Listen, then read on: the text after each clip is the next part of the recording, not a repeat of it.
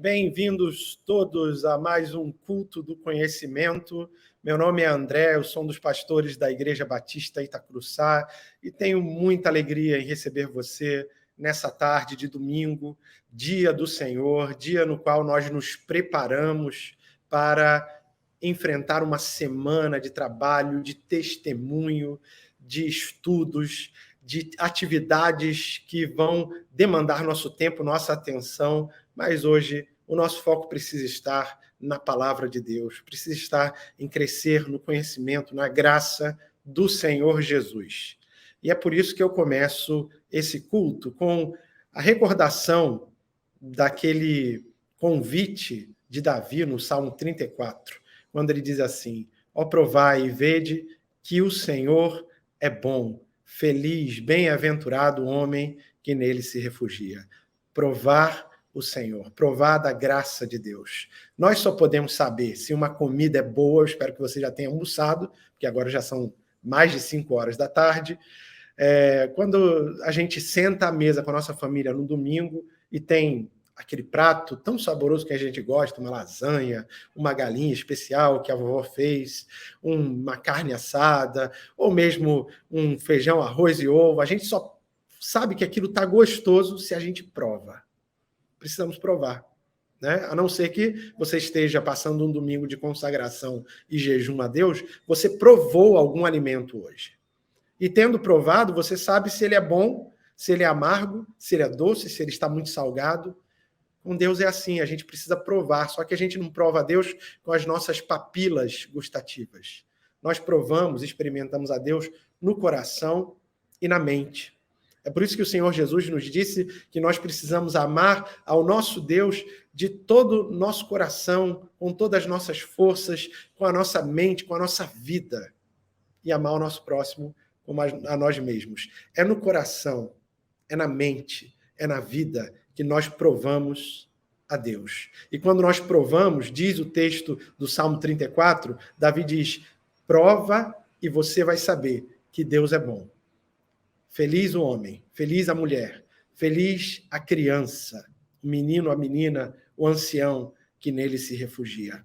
Que possamos, assim, encontrar essa bem-aventurança, essa felicidade de nos refugiarmos em Deus. Por isso, culto do conhecimento, porque nós queremos conhecer a Deus, ter experiências com Deus, olhar o Deus que se revela na sua palavra, nas circunstâncias, nas naturezas, nos encontros e desencontros da nossa vida e saber que Ele é bom.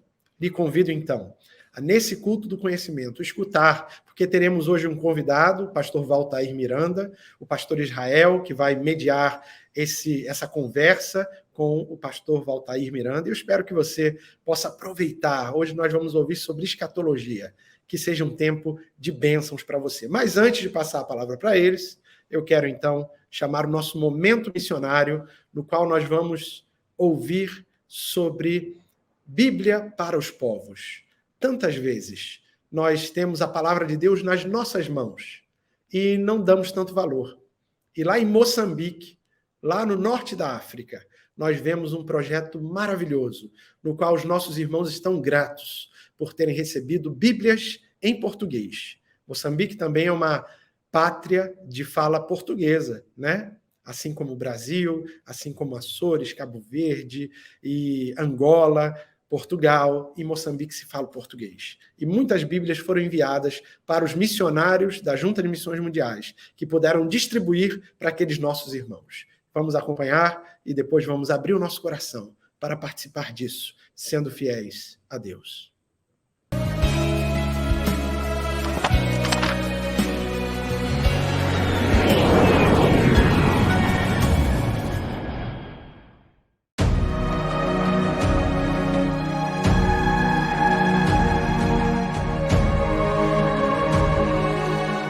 Nós recebemos um presente, uma oferta para a aquisição de Bíblias.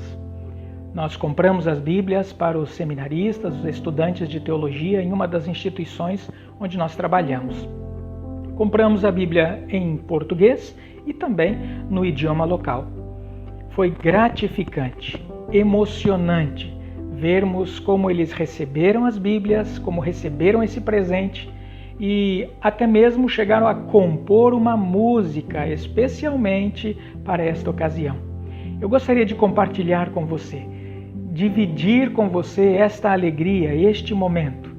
E eu quero agradecer também as suas orações, a sua participação na obra missionária. Que Deus abençoe você. Com a Bíblia na mão, saímos com Jesus, em todo o mundo inteiro, vamos anunciar. Com a Bíblia na mão, saímos com Jesus, em todo o mundo inteiro, vamos anunciar.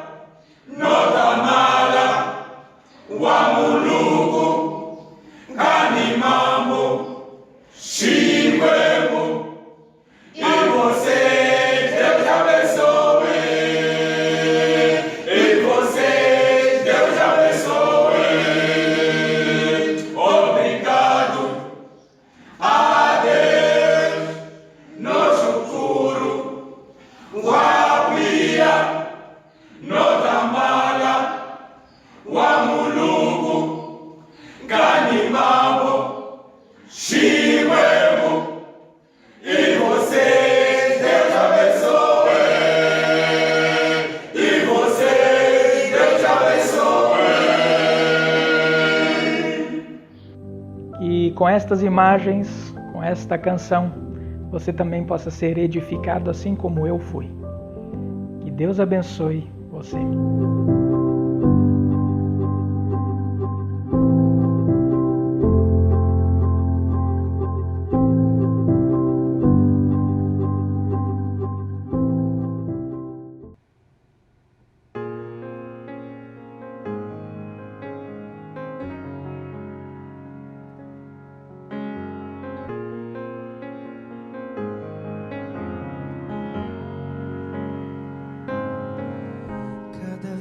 Que a minha fé é provada, tu me dás a chance de crescer um pouco mais. As montanhas e vales, desertos e mares que atravesso me levam pra perto de ti. Minhas provações não são maiores que o meu Deus e não vão me impedir de caminhar. Se diante de mim não se abrir o mar, Deus vai me fazer andar por sobre as águas, rompendo em fé. Minha vida se revestirá do teu poder, rompendo em fé. Com ousadia vou mover o sobrenatural, vou lutar e vencer, vou plantar e colher. A cada dia vou viver rompendo em fé.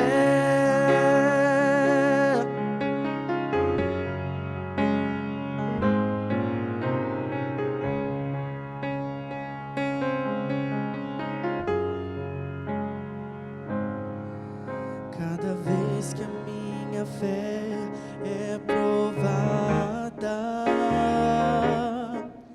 tu me dás a chance de crescer um pouco mais. As montanhas e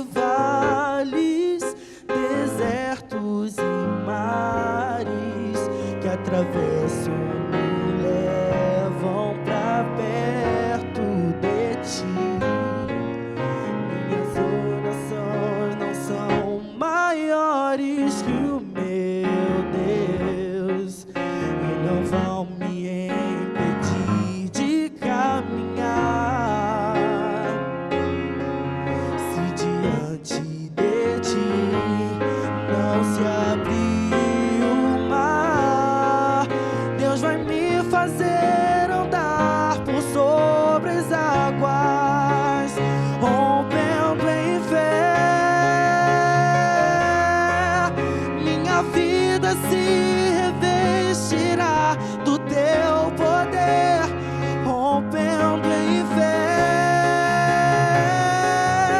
Com ousadia vou mover o sobrenatural. Vou lutar e vencer, vou plantar e colher. A cada dia vou viver, rompendo em fé, rompendo em fé. Minha vida se revestirá do teu poder, rompendo em fé. Com ousadia vou mover o sobrenatural. Vou lutar e vencer, vou plantar e colher. A cada dia vou viver, rompendo em fé. A cada dia vou viver, rompendo em fé. A cada dia vou viver, rompendo em fé.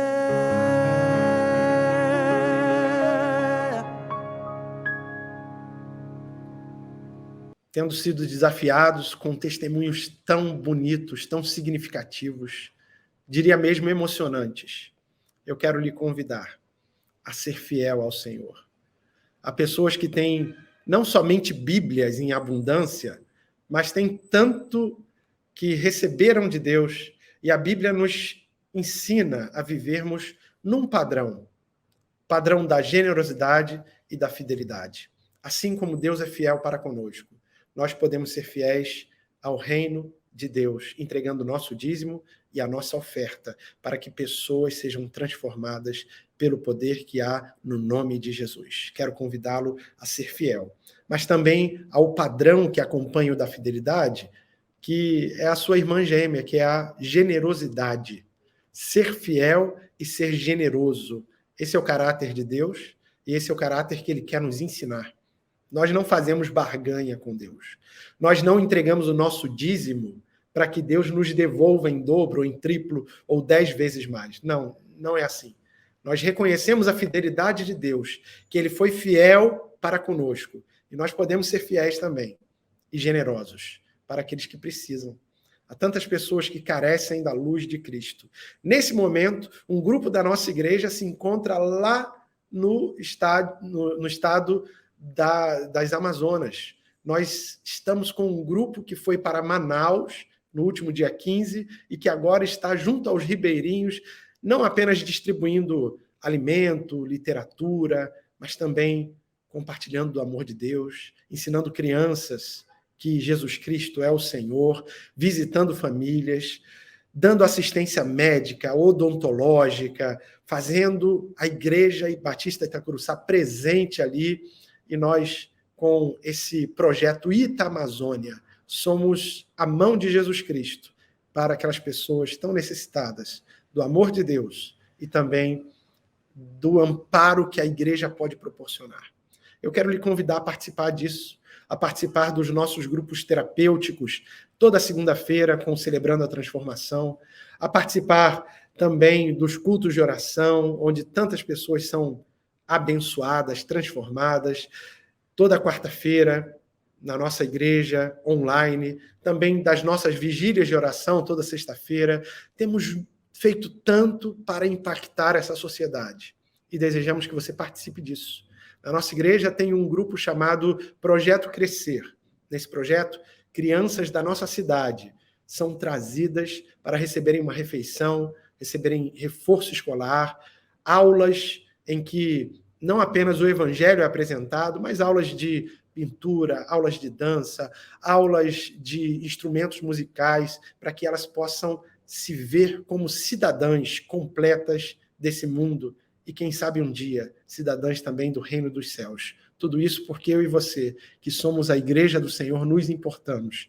Queremos ser fiéis e queremos ser generosos. Que assim possamos viver com fidelidade, que o Senhor nos inspira, com generosidade, vamos entregar dízimos e ofertas. Que Deus abençoe você.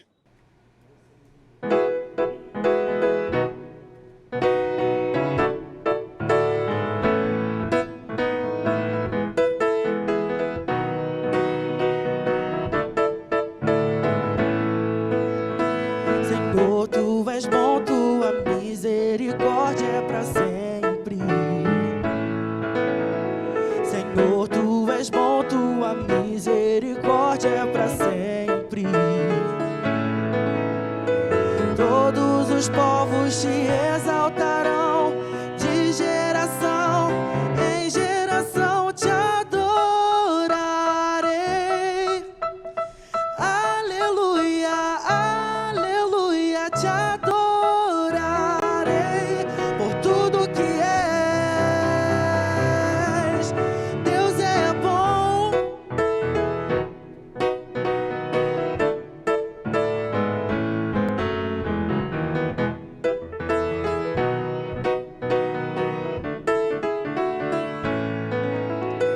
Senhor, tu és bom, tua misericórdia é para sempre.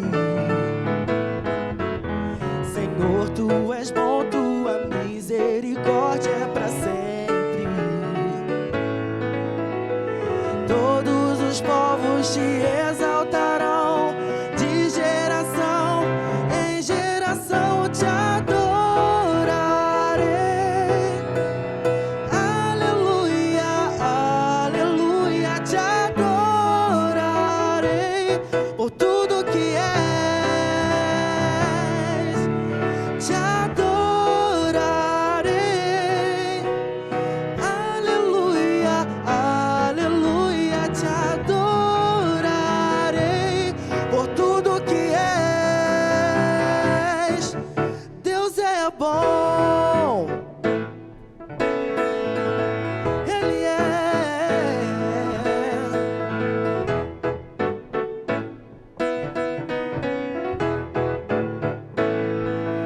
Deus é bom o tempo todo, o tempo todo. Deus é bom, Deus é bom o tempo todo, o tempo todo. Deus é bom, Deus é bom o tempo todo, o tempo todo. Deus é bom, Deus é bom o tempo todo, o tempo todo. Deus é bom, te adorarei.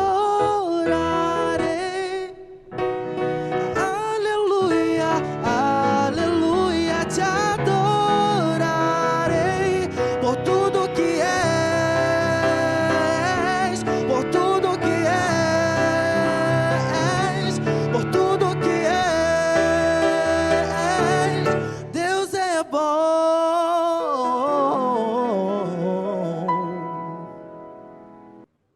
E agora, então, antes de tudo, depois de termos ouvido o desafio missionário e de termos feito esse passeio por canções que nos inspiraram, músicas que tocaram o nosso coração, depois de ter participado com dízimos e ofertas a nossa contribuição para o reino de Deus, vamos meditar na palavra do Senhor com o pastor Israel e com o pastor Valtair Miranda, hoje nos falando sobre escatologia. Que Deus abençoe a cada um de nós. Aqui, mais uma vez, agradecemos por essa disposição de compartilhar conosco o seu conhecimento oferido desde a sua graduação no Seminário Teológico Batista do Sul do Brasil, depois do mestrado, doutorado, pós-doutorado. Grande prazer, mais uma vez, estarmos juntos. Valtair, Afonso, Miranda, bem-vindo. Vamos aprender escatologia agora. Muito bem, meu querido pastor, obrigado então aí mais uma vez pela oportunidade de falar aqui a nossa querida igreja, Igreja Batista Itacuruçá, sobre escatologia nessa nossa aula, onde trabalhamos, né? No momento em que trabalhamos o tema inferno, é o tema de hoje, o tema inferno, a visão bíblica do inferno. Nós vamos discutir este assunto. Estamos naquela seção da escatologia que é chamada pelos estudiosos, pelos teólogos de escatologia da pessoa, escatologia pessoal. Nesse sentido, a questão agora é o destino do indivíduo, para onde ele vai, o que acontece com ele, é a fase de reflexão chamada de escatologia pessoal. Nós vamos ler um texto bíblico aqui para iniciar essa reflexão, e logo depois eu vou refletir um pouquinho com você. Nossos cuidados são sempre os mesmos. Quais são? Nós olhamos para os textos bíblicos e, a partir desta reflexão bíblica, nós fazemos algumas deduções, nós olhamos para questões derivadas, num processo que poderia ser chamado, usando o termo de um teólogo brasileiro, de imaginação teológica, no sentido de que os textos bíblicos são desdobrados em questões que não necessariamente estavam, naquele momento, presentes nem no autor, nem no leitor. Mas nós hoje, a partir de uma série de desenvolvimentos históricos, a partir da história da teologia, da história da escatologia, podemos refletir sobre esses textos, usando então aí esses elementos que eu falei com você, que chamamos então de imaginação teológica. O texto que eu leio com você aqui agora não vai nem aparecer no slide, mas eu vou usá-lo como pontapé. É o texto de Apocalipse, capítulo 20, no versículo 14, que diz o seguinte: a morte e o inferno foram lançados para dentro do lago de fogo. Eu vou repetir para você. A morte e o inferno foram lançados para dentro do lago de fogo. Pois bem, quando você olha para um texto como esse, Apocalipse 20, que diz que a morte e o inferno serão lançados no lago de fogo, você logo percebe que está diante de um texto que tem uma série de elementos. Alguns elementos demandam outros textos para compreensão. A ideia de morte, o que é a morte, a ideia de inferno, o que é inferno, e o lago de fogo, o que é o lago de fogo. E aí, quando você olha para um texto como esse, que misturou tudo, você está diante de realmente uma das doutrinas mais densas da Bíblia. A doutrina do inferno não é uma doutrina fácil, não é uma doutrina acessível, não é uma doutrina leve, é uma doutrina pesada, e isso logo aparece, por exemplo, 15, 20 anos depois do Apocalipse ser escrito. Ou seja, 15, 20 anos depois desse texto aqui, Apocalipse, ser escrito, porque o Apocalipse de João foi escrito no final do reinado do Domiciano, que morreu aí em setembro de 96, então Apocalipse é 95, talvez 96, em 115 a 120, nesse período aqui, 115 a 120, nasceu um documento chamado Apocalipse de Pedro, que apesar do nome Apocalipse, ele deixa de falar sobre o fim do mundo e insiste na reflexão sobre o fim do indivíduo e desdobra, ele analisa, ele reflete, ele aprofunda a pergunta que as igrejas naquele momento se faziam, que é o que é o inferno, para onde o pagão vai, para onde o incrédulo vai, aquele que não é salvo, ele vai para onde? E aí surgiu esse Apocalipse, chamado Apocalipse de Pedro, que refletiu longamente sobre o inferno. Então, logo após a Bíblia, começaram a surgir estes outros livros, que chamamos hoje de apócrifos. Estes textos que não entraram na Bíblia, são textos não canônicos. E uma boa forma de entendê-los é como se eles fossem obras de teologia depois do Novo Testamento. O NT, o Novo Testamento está fechado, e aí a igreja começa a produzir esses textos. Alguns são anônimos, e aí ganham esse status de texto apócrifo. O Apocalipse de Pedro é um destes. Não foi Pedro, evidentemente, que escreveu, foi um autor anônimo, e lá ele reflete sobre o inferno.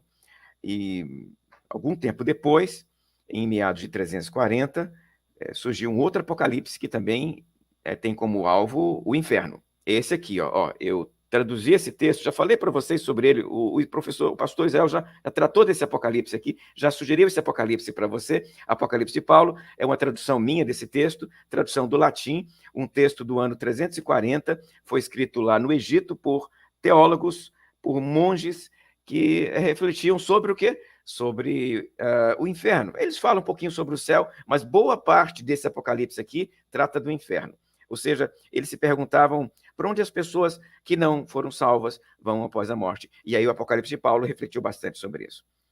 O Apocalipse de Paulo, por exemplo, ele coloca lá o inferno na forma de castigos relacionados com os pecados que as pessoas cometeram.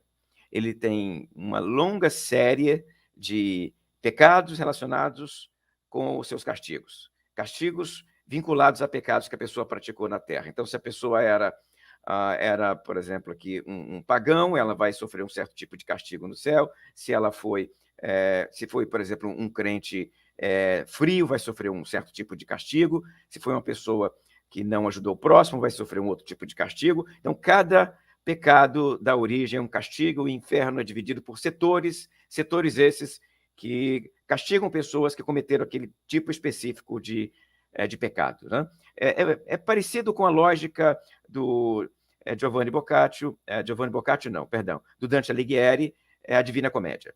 É muito parecido com o texto A Divina Comédia, ou seja, discute regiões do inferno, e naquela região um certo grupo de pessoas sofre um certo tipo de castigo. O Apocalipse de Paulo e o Apocalipse de Pedro também são apocalipse que pensavam sobre este assunto e que imaginavam o inferno nestes termos. Lá no finalzinho do Apocalipse de Paulo, por exemplo, surge uma reflexão curiosa, que é o seguinte: o inferno é castigo para sempre, todo dia?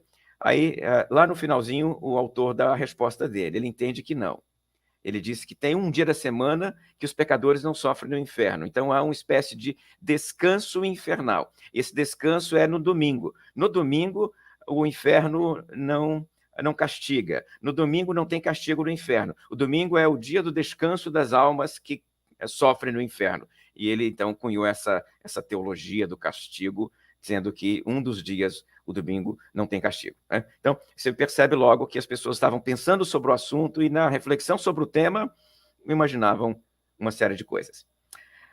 A nossa imaginação hoje também sobre o inferno, ela tem uma série de elementos.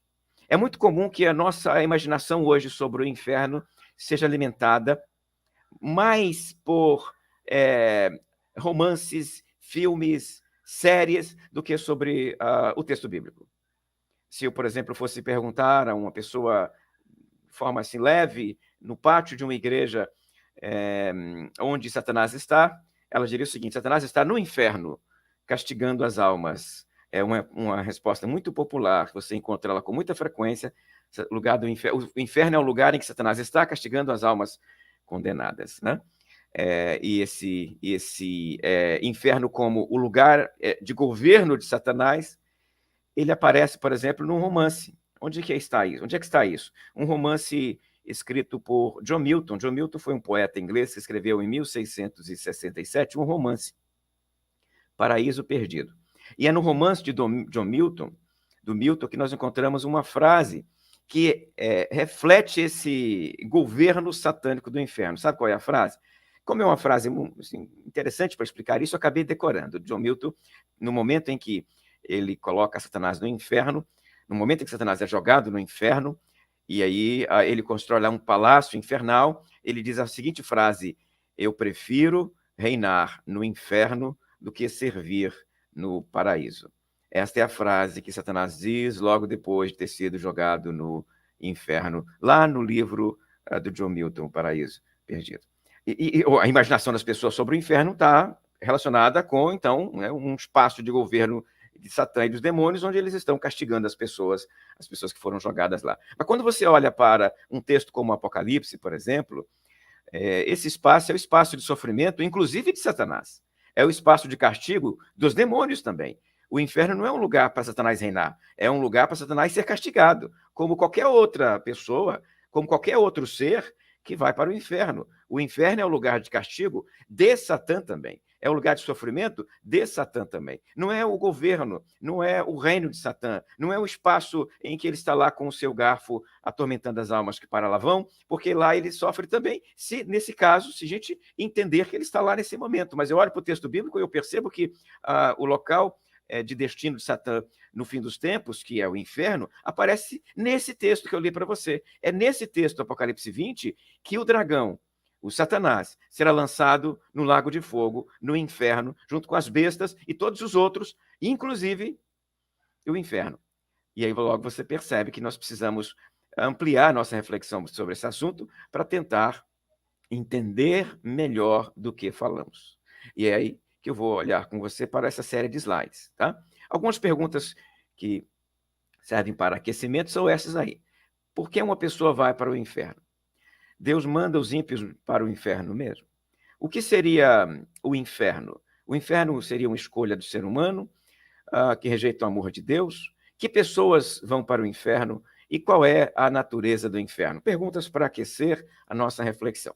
Nós temos aqui alguns textos que usam imagens para esclarecer a temática. Boa parte desses textos, se não a totalidade deles, usa metáforas para descrever um fenômeno, imagens para descrever um fenômeno que não existe na realidade do cotidiano. Então, se não está na nossa realidade aqui, no mundo do cotidiano, né, nesse mundo, nesta realidade aqui, que nos cerca, ele precisa ser comunicado por meio de imagens, por meio de metáforas, por meio de símbolos, e aí nós vamos encontrar um monte delas nos textos bíblicos, e esta aqui é uma delas.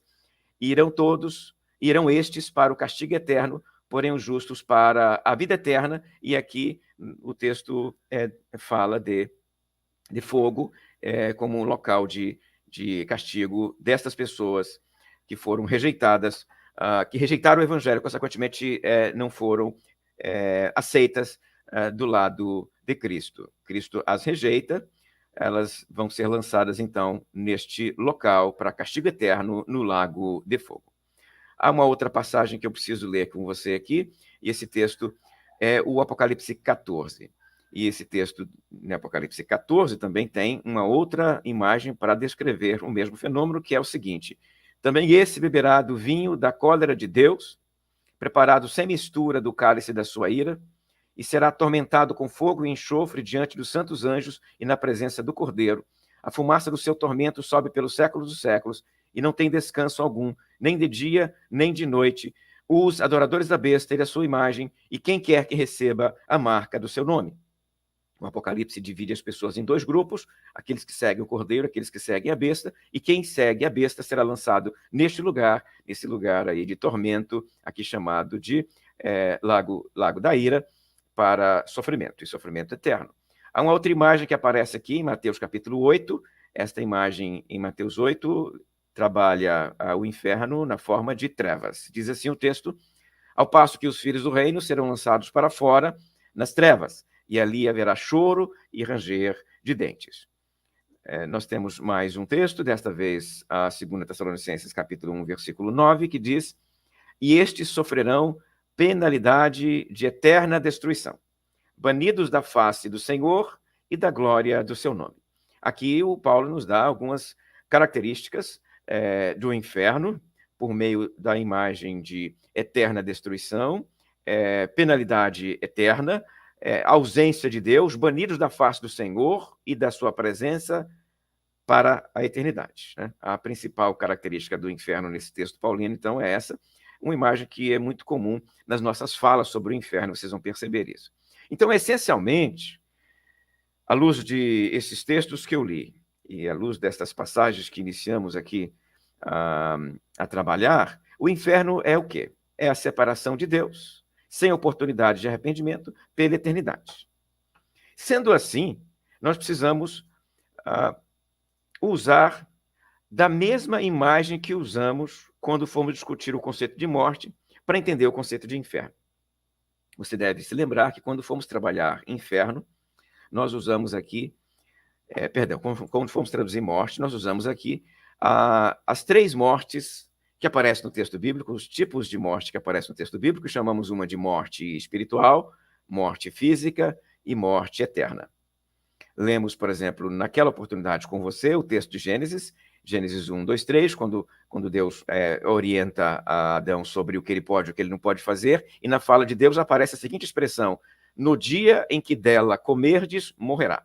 Naquela oportunidade, Deus estava dizendo que ele não poderia comer daquele fruto, porque no dia que ele comer, ele iria morrer. Ele come, ele morre, mas a morte não é a física, porque ele continua vivo. Ele continua vivo a ponto de ser expulso do Jardim do Éden, a ponto de ter os filhos dele, Caim, Abel e o outro filho da promessa, lá o Sem. Então você tem aqui filhos que nascem após a morte. E a morte aqui de Adão é a morte espiritual, não é a morte física. Adão morreu fisicamente, sim. Mas naquele dia em que ele comeu, que tipo de morte aconteceu com ele? Veja, a promessa do Senhor é: no dia em que você comer deste fruto, você morrerá. E Adão comeu, Como a palavra de Deus é verdadeira sempre, ele morreu. Mas ele continuou vivo fisicamente. Que morte é essa? Morte espiritual. E a morte espiritual é separação de Deus. Eu vou ler um outro texto aqui com você. Desta vez eu leio com você Efésios capítulo 2, que vai dizer a mesma coisa, mas eu acho que nesse sentido ele pode ser muito útil para a gente explicar um pouco melhor esse conceito, que é o conceito da morte espiritual e a relação disso com a morte física e a morte eterna. Efésios 2:1 é um texto muito bem conhecido, que diz o seguinte: e ele nos deu vida quando nós estávamos mortos nos nossos delitos e pecados. Veja que nesse texto aqui, a passagem diz que nós éramos mortos, nós estávamos mortos. Em algum momento deixamos de estar mortos. Quando que isso aconteceu? Quando nós ganhamos a vida espiritual. Até aquele momento nós estávamos mortos espiritualmente. Então veja que há um conceito que eu preciso que você entenda para que o conceito de inferno faça sentido para você, que é a relação entre morte física, morte espiritual e morte eterna. Se está ficando claro para você, se fica cada vez mais claro para você que todos os seres humanos, eles, antes de serem salvos por Cristo, eles estavam mortos espiritualmente, e após a salvação de Cristo, eles estão vivos espiritualmente. Se isso faz sentido para você, vai ficar mais claro explicar, então, o que é a morte eterna, no caso aqui, o inferno. Tá? Então, morte espiritual. Adão, após comer do fruto proibido. Qualquer um de nós, antes de sermos salvos por Cristo. Morte espiritual, então, é este estado de separação de Deus, de ruptura com Deus, de rebelião contra Deus. O mesmo texto de Efésios, capítulo 2, vai dizer que nós, mortos dos delitos e pecados, ou seja, andávamos para lá e para cá. A gente trabalhava, a gente comia, a gente bebia, a gente ia à festa, a gente estudava, mas éramos mortos. Éramos mortos, é o termo que o Paulo usa aqui para descrever esta situação. E nós mortos, éramos joguetes, éramos fantoches na mão dos principados e potestades, como está aqui no versículo 2, até o versículo 3, quando o texto diz assim: e nós andávamos outrora desta forma, segundo as inclinações da carne, fazendo a vontade da carne e dos pensamentos, e éramos por natureza filhos da ira. Expressão que quer dizer condenados. Condenados. Esta que é a realidade do morto espiritualmente. O morto espiritualmente está condenado. Este é o estado dele. Está condenado. A partir daquele momento em que ele foi salvo por Cristo, ele está absolvido. Mas antes da absolvição, ele está condenado. Então, a nossa vida pode ser dividida entre estado de condenação e salvação. A partir da salvação, absolvição. E a absolvição poderia ser chamada, por exemplo, aqui de justificação. Declarar justo. Recebemos já o resultado do nosso julgamento. E o resultado do nosso julgamento você está absolvido. E quem nos declarou absolvidos é o próprio Deus. Quem nos deu a absolvição é o próprio Deus. Dali para frente, nós estamos vivos. Dali para trás, estávamos mortos. Esta é a imagem. Então, pega esta imagem e ela vai ajudar-nos a entender agora, então, o conceito de morte eterna. Se as pessoas estão mortas espiritualmente, antes de encontrarem-se com Cristo, antes de serem salvas por Cristo, se elas estão mortas espiritualmente, anda para um lado e para o outro, mas estão mortas espiritualmente, não estão vivas espiritualmente, estão mortas. E elas vão até o fim de sua vida e morrem fisicamente naquele estado de morte espiritual. Aquele estado de morte espiritual é fixado. E dali para frente, a morte é eterna. E esta morte eterna é o inferno. Por quê? Porque é a eterna separação de Deus. Então, veja, vou repetir para você aqui, até para ficar mais claro. Nós temos, então, aqui a morte espiritual, que é o estado do ser humano na perdição. É o estado do ser humano sem salvação. Antes de Cristo salvar você, você estava morto espiritualmente. Cristo salvou você, você está vivo espiritualmente. Isso quer dizer que quando você morre, você já tem a vida eterna, e, consequentemente, o corpo é enterrado, mas você continua vivo e vivo do lado de Jesus Cristo.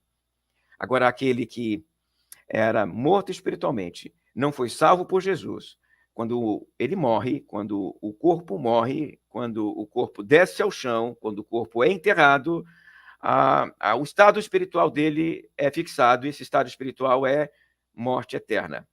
Não há condição, não há qualquer condição, não há possibilidade de se inverter após a morte.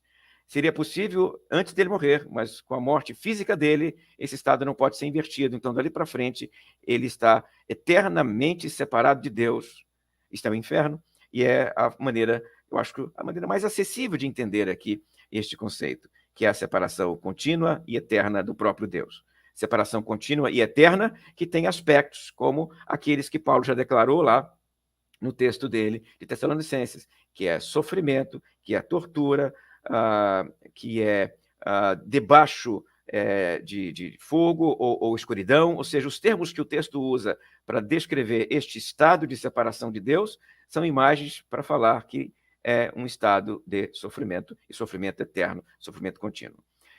O texto bíblico parece falar de graus diferentes de castigo, da mesma forma como ele fala sobre graus diferentes de galardão, né?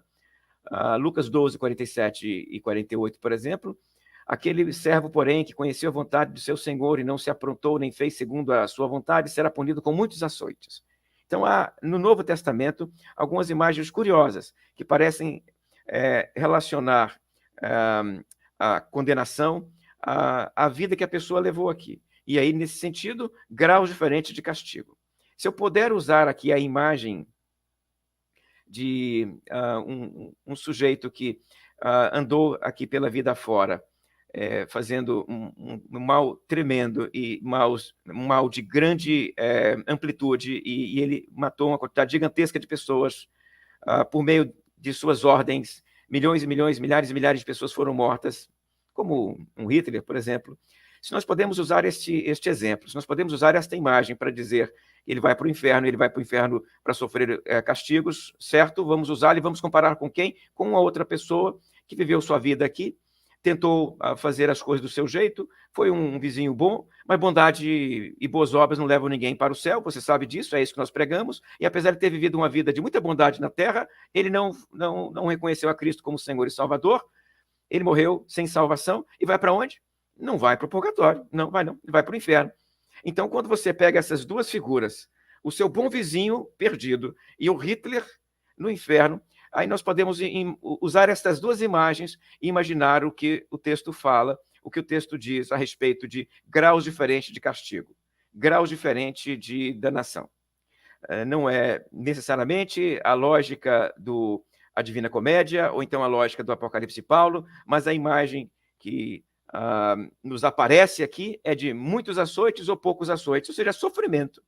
De qualquer maneira, não deixa de ser sofrimento, mas há um elemento aqui que é graus diferentes de castigo. Mateus 11, 20 a 24, fala que haverá menos rigor no dia de juízo para algumas cidades do que para outras.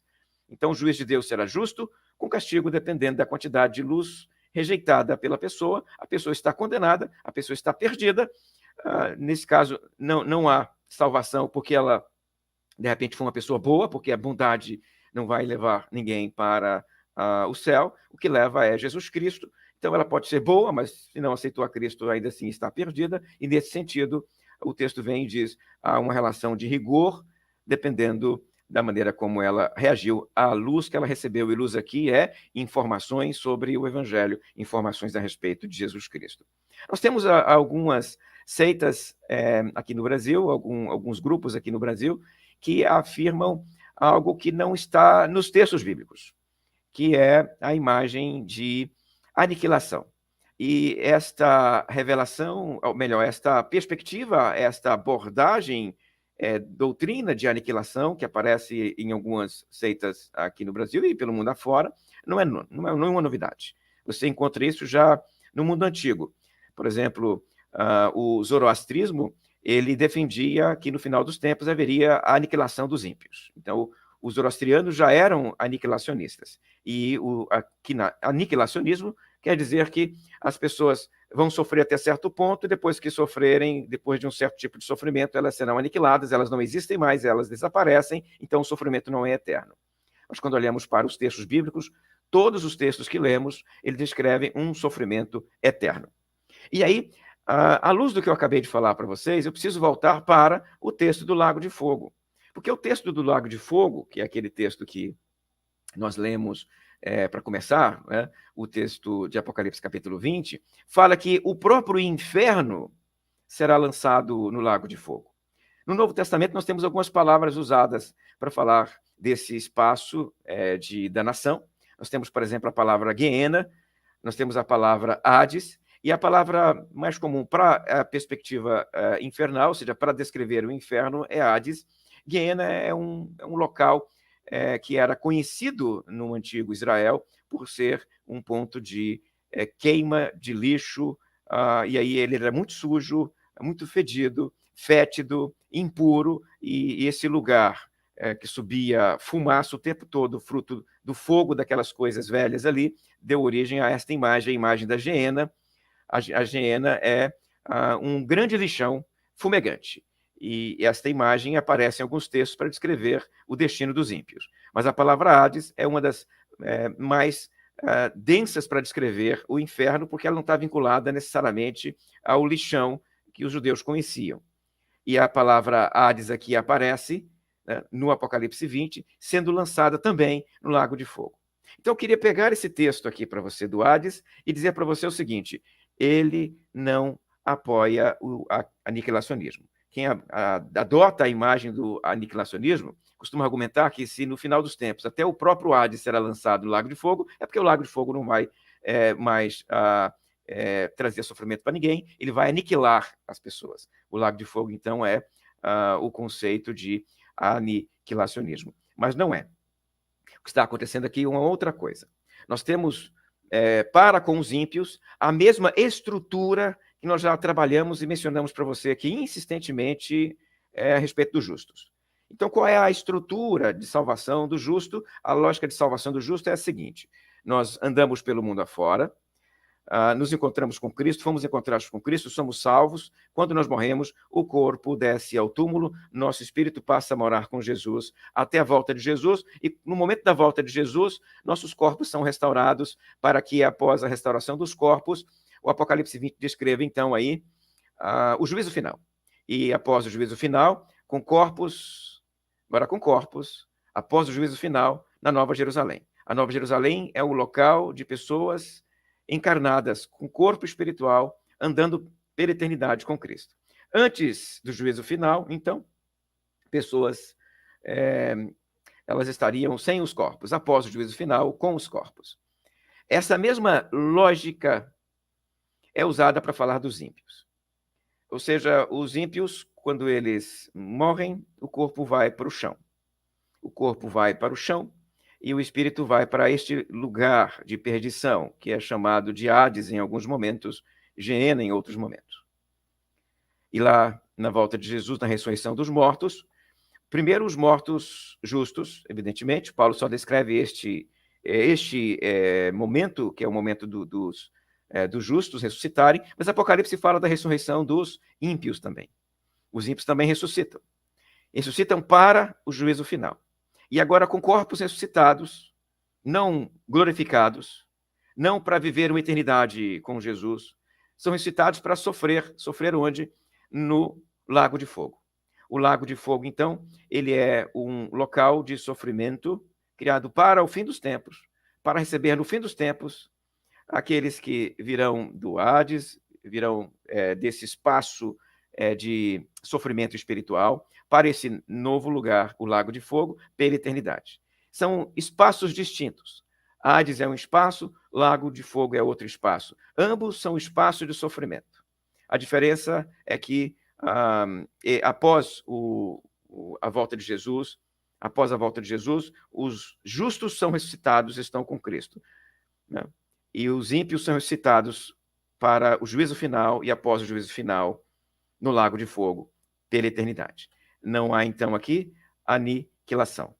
O texto bíblico diz que eles sofrerão ali pela eternidade. Os primeiros a irem para o Lago de Fogo, as duas bestas. Depois, os seus seguidores, os que estão vivos, caminhantes aqui na terra. Por fim, os ressuscitados para o Lago de Fogo, após o juízo final, vão para o mesmo lugar. Juízo final não vai inverter a realidade espiritual. Quem ressuscita salvo caminha para Nova Jerusalém. Quem ressuscita perdido é lançado no lago de fogo. Então, após o juízo final, só há duas realidades. Lago de fogo para os perdidos, Nova Jerusalém para os salvos, para os seguidores de Jesus Cristo, para aqueles que foram salvos por ele. Antes disso, as pessoas já sofrem nesse lugar aqui de separação, já sofrem no Hades. Nós temos algumas passagens que poderiam apontar para nós esses eventos. Por exemplo, quando nós lemos a parábola do rico e Lázaro. Apesar da parábola do rico e Lázaro não ser um texto pleno e cheio para descrever a realidade nem do céu nem do inferno, você nota que o rico não está lá alegremente, ele está lá sofrendo. E a imagem usada para descrever o seu sofrimento ele está com tanta sede e não tem sede nem para molhar a ponta da língua dele. É uma imagem de sofrimento. Então, o ímpio já sofre logo após a morte dele. E após o juízo final, com um corpo, esse corpo ressuscitado, ele será lançado no lago de fogo. Essas são as imagens que o texto bíblico usa para falar desta realidade, que é a realidade infernal. Qual é a importância desta doutrina para nós? Pode tirar o slide, Rafael, por favor. Eu vou fechar a minha fala aqui agora com esta reflexão com você. É uma doutrina bíblica. É uma doutrina bíblica, está na Bíblia e nós temos que falar sobre ela. É uma doutrina pesada, é uma doutrina densa. Eu imagino que, para a maior parte daqueles que vão ministrar em suas igrejas, o assunto nunca é fácil. E por não ser fácil, ele acaba indo com pouca frequência para o púlpito. As pessoas falam pouco sobre o inferno, têm medo de falar sobre o inferno, e alguns podem ter até vergonha de falar sobre o inferno. Conversando com ímpios, por exemplo, eles não explicitam, não esclarecem, não dizem o destino espiritual daquela pessoa perdida. Não falam, porque tem vergonha, tem medo, ou qualquer outra circunstância. Mas a Bíblia é muito clara a respeito disso. A Bíblia é muito clara. A nossa realidade, enquanto caminhamos aqui na Terra, só pode ser uma das duas. Ou estamos vivos espiritualmente, salvos por Jesus Cristo, ou estamos mortos espiritualmente, perdidos. E se a nossa morte nos encontrar vivos espiritualmente, eternidade com Cristo. E se a nossa morte nos encontrar mortos espiritualmente, eternidade sem Cristo e inferno. Por isso nós precisamos falar do inferno, sim. Porque Cristo morreu na cruz para nos livrar da condenação do inferno. Se nós não falarmos do inferno, a morte de Cristo na cruz parece fazer pouco sentido. Nós vamos dizer para as pessoas, só Jesus Cristo salva. E elas não vão entender, salvar de quê? De que ele me salva, afinal de contas? Nós temos que dizer do que ele salva. Da condenação do inferno, da condenação ao inferno. Você precisa mostrar para as pessoas qual é a doença, para depois entregar o remédio.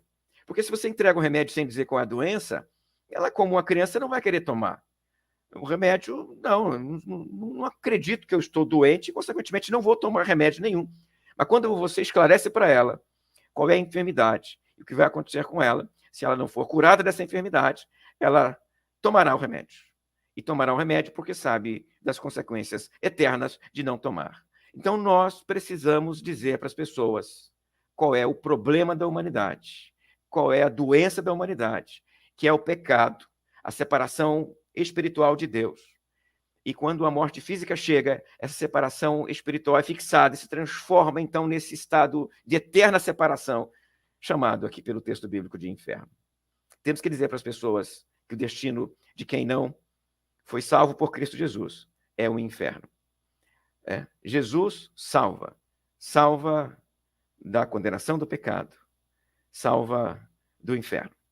Por quê? Porque se a pessoa morre condenada, se ela morre morta espiritualmente, usando de novo o termo que o Paulo usou aqui em Efésios, se ela está morta nos seus delitos e pecados, e ela morre assim fisicamente, ela estará morta assim pela eternidade.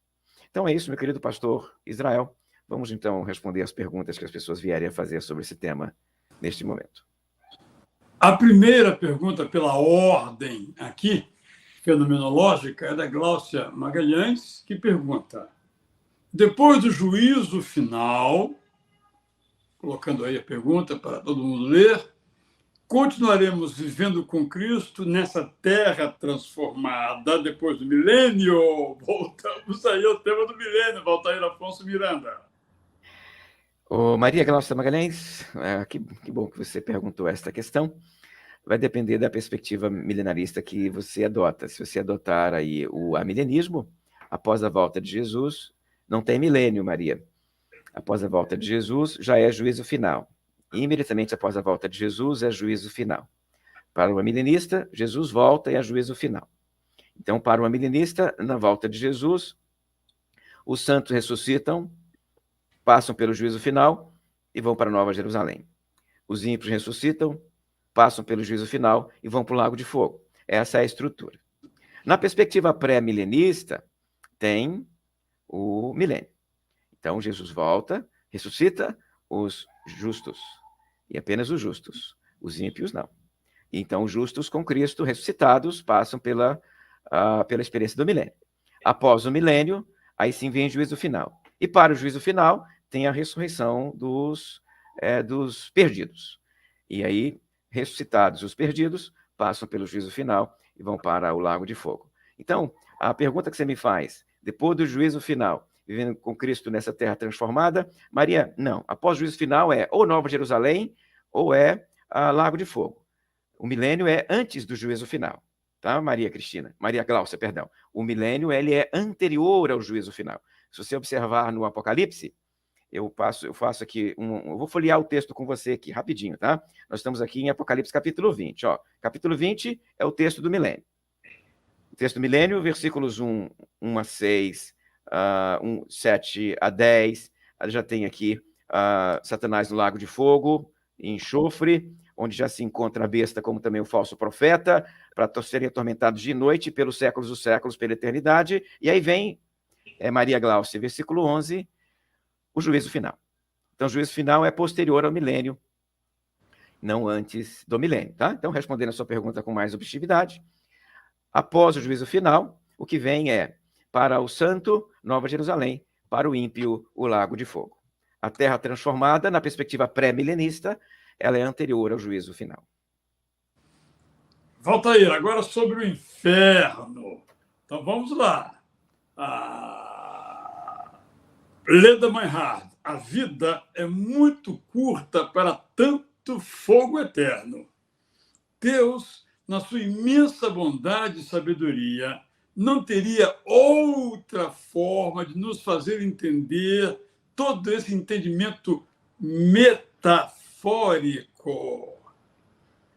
Leda Meinhard, o fogo eterno é eterno mesmo, e ele é terrível, e não dá para poder ser de outra forma, não dá para você esfriar o fogo do inferno no discurso, não dá para amenizar o fogo do inferno na fala, não dá para dizer que é mais ou menos. Veja, os filmes já fazem isso, nós não precisamos fazer. Quando você vê no cinema o inferno, ou na série de televisão o inferno, ele já é algo assim bem confortável, né? É um desconfortozinho, Leda Meinhard, certo? É um desconforto. Mas os textos bíblicos que descrevem o inferno são de outra natureza. Eles descrevem sofrimento eterno. E eles vão usar imagens que transmitem a ideia de sofrimento eterno. Concordo com você que são imagens, são metáforas. Fogo eterno é uma imagem. Por quê? Porque também é escuridão eterna. Você junta a escuridão eterna com fogo eterno. Então, é uma imagem. E o que essas imagens estão dizendo para nós, Leda? Que é um local de sofrimento. Então, se você pegar cada uma das imagens, cada uma delas, e verificar, né, usando aqui a lógica fenomenológica, que o querido pastor Israel acabou de mencionar, né? Fazendo uma redução fenomenológica. O que é exatamente isso? Né? O que é o fogo do inferno? O que é a escuridão do inferno? O que é o sofrimento? É distância de Deus, e distância de Deus pela eternidade, e distância de Deus sob tormento. Distância de Deus sobre sofrimento. E é por isso, Leda, que a mensagem do Evangelho se torna tão relevante. Da mesma forma como é fogo eterno, algo enorme e grandioso do lado do inferno, nós podemos agora olhar para o outro lado da balança e ver o seguinte: o que tem do outro lado? A salvação, que também é eterna, Leda. O fogo eterno deve, então, demonstrar para nós a grandiosidade da nossa mensagem, que é: Deus nos livra do fogo eterno, Leda. Deus nos liberta do fogo eterno, porque é o que o Paulo escreveu aqui na carta aos Efésios, que eu li para você. Descrever o fogo, e em seguida dizer que Deus nos livra do fogo, é uma mensagem maravilhosa, tá? Então, não há, no texto bíblico, nenhuma outra forma de escapar do fogo, a não ser por Jesus Cristo, Leda. Jesus Cristo é o único caminho e a única salvação do fogo do inferno. Valtair, há de fato, de nossa parte, sempre, cujo foco é o amor, a misericórdia, a compaixão, enfim, a graça de Deus, uma dificuldade de compreender como Deus pode, digamos assim, conter a ira, que é uma palavra que nós não aceitamos para Deus, de jeito nenhum temos dificuldade, e a compaixão, com duas realidades presentes em Deus. Penso que nos ajuda a entender que o inferno, como você mencionou aí, é a ausência de Deus. Vamos imaginar a nossa vida aqui na Terra. A nossa vida aqui na Terra é um inferno. É muito crime, é muita corrupção, é muito pecado na nossa própria vida pessoal. Se não fosse a perspectiva do amor de Deus, nós sofreríamos de um modo incontido. Mas nós não sofremos de modo incontido porque Deus está presente, apesar do nosso sofrimento. A graça dele é real. Então, nós sofremos, mas sofremos menos porque temos esperança. Ou seja, um dia o pecado não será mais dominante, vai acabar. Então, olhamos para Deus e damos um sorriso. Isso vai acabar, não é, Senhor?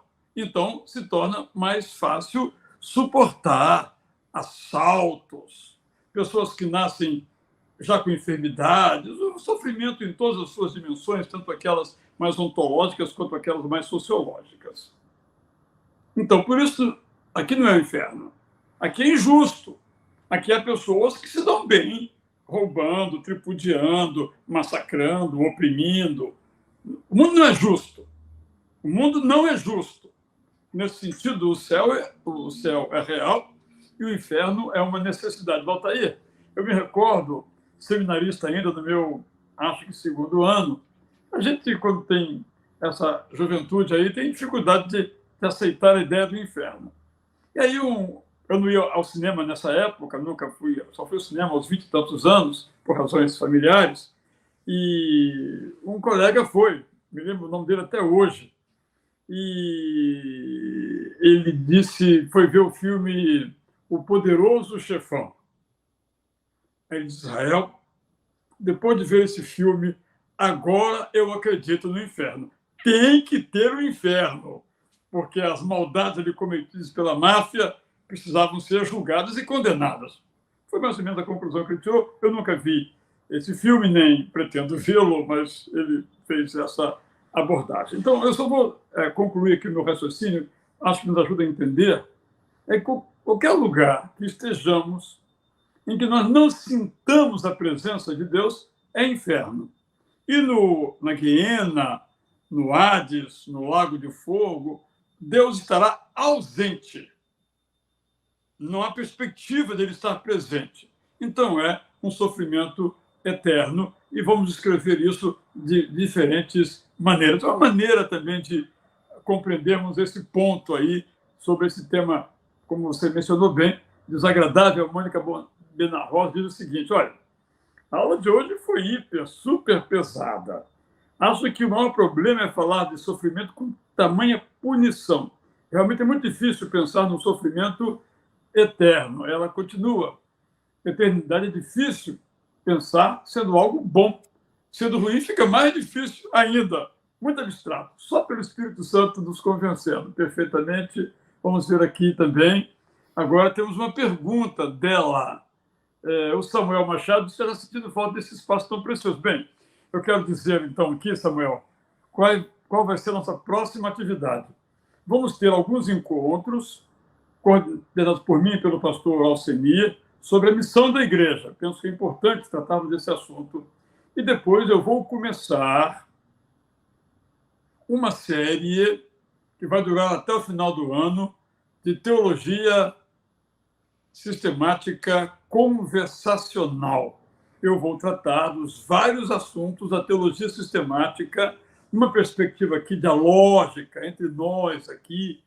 É a minha pretensão, ore por esse assunto muito difícil, tratar de Deus, Trindade, Cristologia, encarnação. Eu já tenho feito isso ao longo desse nosso curso das 5h30, já há vários anos, agora às 5 horas. Eu quero fazer isso com mais calma, como fizemos aqui, 14 estudos, 15. Lá vai durar uns, talvez, 30 estudos, que Deus me dê para tanto fôlego quanto com as suas orações. Mas, por isso eu coloquei o comentário do Samuel Machado ainda, e vamos ter ainda aqui sobre escatologia o posicionamento do pastor Alexandre Lopes. Não vou dizer que é semana que vem, porque eu não combinei com ele rigorosamente ainda a data, mas vou anunciar. E ele tem uma perspectiva que é diferente do professor Valtair. Mas, por respeito aos nossos participantes, ele é uma pessoa que tem estudado esse assunto, nós vamos dar voz aqui a ele com muita alegria. Não é nenhum dever, não é prazer, é alegria mesmo. Alexandre, não sei se você está conosco hoje aqui participando. Bem, a Mônica então pergunta, Valtair, esse sofrimento será manifestado numa humanidade que está em que situação? Presa, amarrada, vivendo uma vida de angústia? Eu realmente não compreendi também a pergunta, não. Não sei se ela se refere que humanidade é essa, porque podemos falar em humanidade no inferno, acho que é outra realidade. Mônica, reformula aí a sua pergunta, se houver tempo a gente pode tratar dela. A Rosana Reusler, atualmente morando em Brasília, membro de nossa igreja, diz que as pessoas muitas vezes não se preocupam de falar da salvação porque só consideram a parte boa do evangelho. Esquecem que, se as pessoas não aceitarem a Jesus, vão experimentar este fim. É importante a gente entender isso, porque a palavra castigo nos soa pouco desagradável, bastante desagradável. Mas eu penso, Valtair, não sei se você concorda comigo, se a salvação fosse universal, todos fossem para o céu, até os que não quiseram ir para o céu será céu ou o céu será inferno? Imagine um casamento em que uma pessoa casa obrigada, forçada por qualquer circunstância. Aquilo é casamento, aquilo é felicidade. Então, o céu, pessoas não querem ir para o céu. Já ouvi várias pessoas dizendo isso. Eu não quero ir para o céu. E aí Deus, não, eu sou tão amoroso que eu vou mandar você para o céu. Aquilo seria céu? É claro que é uma conjectura, não é algo que nós podemos afirmar categoricamente, mas você acha que o céu seria céu se eu não quisesse ir para lá? Ou pelo menos para mim seria céu? É verdade, Israel. Essa reflexão aparece na televisão recentemente, num seriado que abordou este assunto, inclusive, né? O nome do seriado é O Bom Lugar. É um seriado que está na Netflix, né? Fazendo uma pequena propaganda. É um seriado secular, não é religioso. Em algum momento ele ironiza alguns dos nossos temas, então nós temos que ter paciência em alguns instantes para acompanhar. Alguns episódios trazem algumas reflexões assim, interessantes. E lá no finalzinho, né, eu já vou dar um spoiler, porque senão não faz sentido eu falar dele aqui. Lá no finalzinho, tem um momento em que os personagens estão finalmente no céu. Depois de uma longa dificuldade, uma caminhada terrível, finalmente eles chegam no céu. E realmente é um lugar muito tranquilo. Tá? Eles têm lá toda a tranquilidade que eles esperavam encontrar lá no céu. Né? Aí ficam lá um tempo. Só que eles se cansam do céu. Se cansam.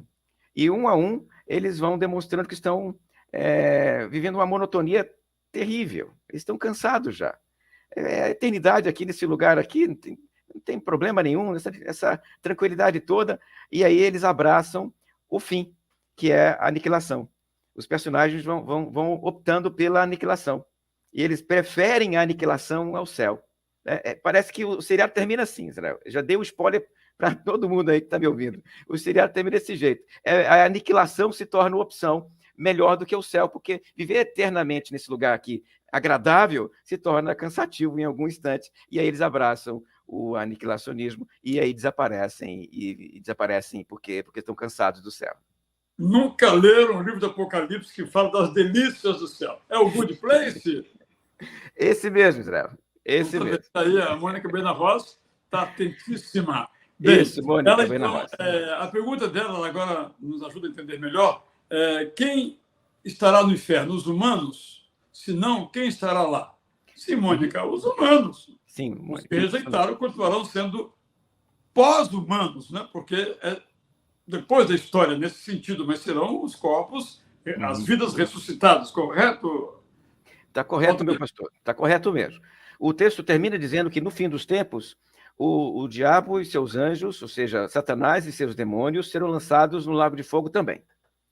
Então, nesse sentido, a companhia, Mônica, deles, né? Mas lá no lago de fogo, Mônica, como o espaço de sofrimento dele, inclusive. Não é um local para ele reinar, como lá no livro, na poesia do John Milton, Paraíso Perdido, não, tá? Essa imagem de ele governando lá no inferno, lá o reino dele, é uma imagem que não procede da Bíblia. Inferno é lugar de sofrimento, sofrimento para ele, inclusive. Volta aí. Estou mandando aqui uma mensagem para o Alexandre, por isso eu me perdi um pouquinho aqui. Mas olha a questão interessante da Nilcilene Figueira. Difícil imaginar um inferno pior do que passar por guerras, terremotos, tsunamis, doenças que têm trazido tanta dor à humanidade. Antes de voltar e comentar, eu concordo plenamente. Isso aqui é o inferno. Basta você ler esses jornais da televisão de 5 da tarde, né? Isso aqui é urgente, é o inferno. Todavia, não é toda a Terra. Você tem desgraças ecológicas, como tsunamis e terremotos, mas você tem várias partes da Terra sem isso. O inferno é só isso. E o pior, sem nenhuma esperança de ser diferente, não há uma história que muda. Eu acho que se há monotonia, né, Valtair, é no inferno, não no céu. É verdade. Ô, Nilcilene, guerra realmente é muito ruim, terremoto, tsunami, doenças, as coisas são terríveis, elas nos trazem muita dor e desconforto, mas você concorda comigo que não é todo dia assim, né? Sim, tem dia que você está doente, tem dia que a doença é terrível, que carcome seu corpo, mas você deve se lembrar, olha para trás, que você vai encontrar dias em que você ficou feliz com a sua família, que você pegou o seu filho no colo, que você brincou com a sua filha, que você se divertiu com os seus pais. Ou seja, a vida tem momentos que você não pode chamar de inferno, né? É Nilcilene, né? Nilcilene. Então, Nilcilene, sim, tem contexto de guerra, sim, Nilcilene, tem contexto. Lá, imagino que os nossos queridos que estão lá naquela guerra terrível, lá do outro lado do mundo, né? Rússia e Ucrânia, eles estão vivendo dias muito difíceis mesmo. Mas eu posso lembrar também de meus queridos que estão aqui no interior de Minas Gerais curtindo um interior paradisíaco. Então não dá para você localizar o inferno num certo contexto e desprezar o restante, tá, Nilcilene? Então há momentos, há circunstâncias e há lugares aqui no mundo que são infernais, mas não se comparam ao inferno, que é esse lugar definitivo após a morte. Bem, a teologia bíblica sempre nos fala, juntando aqui um pouquinho o que falou a Rosana Royce com a Maria Gláucia, Jesus morreu para salvar as pessoas, não é? E penso que, às vezes, nós nos perdemos, usamos assim essa figura, nas imagens. E esquecemos o principal. O que é o principal? Um lugar, uma condição em que Deus não está presente. Aí você imagina, daí aquela famosa frase atribuída a Deus, da Dostoiévski, se Deus não existisse, precisaria ser inventado. Para dizer o seguinte, sem Deus, o mundo, o cosmos, aspas, cai. Então, no lugar onde não tem Deus, vale tudo. Aqui tem Deus. Esse Deus vai julgar para a salvação eterna ou para a condenação. Então, isso equilibra o mundo. Mas no inferno, esse juízo acabou, não tem equilíbrio, é só caos. Bem, então, Marcos Aurélio, lembrei da música do Prisma Brasil. O céu é Jesus, onde ele estiver, o céu será ali. É uma música do Jades, me parece que esse é o autor, é realmente incrível. Mas Marcos Aurélio, preguei sobre, disse ter essa música e me criticaram. Não, o céu não é aqui. Claro, há pessoas que não têm a capacidade da imaginação. O céu demanda imaginação. O inferno demanda imaginação. Essa imaginação traduz uma realidade. Quando a gente diz que o céu é aqui, obviamente, é uma imaginação. Isto é, vivemos de tal modo como se o céu já fosse aqui. Na poesia, o céu é aqui. O céu é Jesus, onde ele está. E no inferno, Jesus não estará. Bem, a Margarete, me lembro do magma, do interior da Terra, dos vulcões. Minha imaginação é assim. O inferno também são imagens. Agora, repito, o Voltaire começou dizendo, olha, o John Milton, no Paraíso Perdido, ou Dante Alighieri, mencionaram várias imagens, e essas imagens é que nos povoaram. Por exemplo, quando pensamos em anjo, pensamos em anjo branco e de asa. Mas essa é uma imagem das muitas possíveis representações do anjo, porque às vezes o anjo não vinha voando. Tanto é que Abraão teve encontros com o anjo, ele não sabia que era um anjo, era uma pessoa totalmente comum, também é anjo.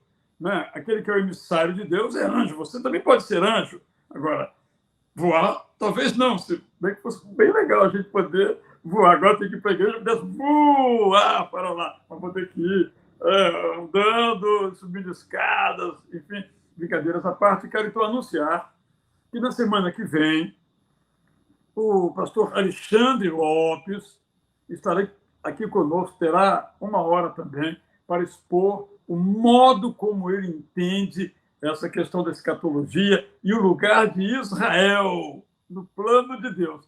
Vamos ouvir com muita alegria e os irmãos e irmãs poderão debater com o nosso querido Alexandre da Silva Lopes, pessoa a quem estimamos muito amplamente, bem como toda a sua família, sua mãe Senira, que já faleceu, seu pai Wilton Lopes está vivo, sua irmã Érica, aí não vou mencionar toda a sua família, seus filhos, seus netos, porque não terminaríamos aqui em tempo hábil. Assim, então, irmãos, nós terminamos essa série. Você, entrando no YouTube, no canal da igreja, encontra lá uma playlist, e nessa playlist, se o Rafael conseguir colocar a imagem da playlist para a gente, seria muito interessante, para que todo mundo entenda como fazer. Aí você clica na playlist e vai ouvir uma a uma às 14. Já mandei aqui um link para o pastor Voltaire, para ele dar uma conferida, ver se não falta nenhuma, está tudo certinho, você vai ouvir isso calmamente. Voltaire, eu recebi uma mensagem do querido Luiz Cláudio Simões, ele diz o seguinte, o nosso almoço, a gente assiste a série do pastor Voltaire, coloca lá, vai almoçando e vai aprendendo escatologia. Nós sempre dissemos isso aqui, gente, teologia não se faz com mensagenzinhas de WhatsApp com 200 caracteres. Ou com o YouTube, 5 coisas sobre o céu. Gente, isso é superficialidade. Isso aí é só para você se divertir. É até legal, mas para se divertir. Se você quer entender realmente a palavra de Deus, o modo como Deus age, a teologia da história, a economia da salvação, céu, inferno, futuro e presente, é preciso que você estude. E você está tendo aqui, eu assim considero, já que não sou eu o palestrante, posso dizer isso, o privilégio de estudar teologia. Tenho certeza que em muitos seminários esse conteúdo não é ministrado. Mas aqui foi. Eu novamente agradeço ao professor Voltaire. E depois de algumas semanas tratando primeiramente com o Alexandre Lopes sobre a visão dele da escatologia, depois comigo com o professor Alcenir e alguns convidados, o tema próprio da missão da igreja, eu vou tratar aqui, então, da teologia sistemática conversacional, e eu vou anunciar, os irmãos saberão, e até a Glaucia colocou aqui um comentário dizendo que será top, bacana, está moderninha, top, hein? Iremos orar por esses estudos de teologia sistemática. Muito obrigado. Ainda não tenho a data em que vai começar. Então, para terminar, vamos colocar aí a palavra, tem uma gratidão aqui da Maria Glaucia, acho que vale a pena registrar todo esse conhecimento, muito claro, aprendi mais um pouco sobre esse tema. E vamos sempre aprendendo. Está aí, gente, você entra no IBI Itacuruçá, IBI IBI Itacuruçá, né? IB Itacuruçá.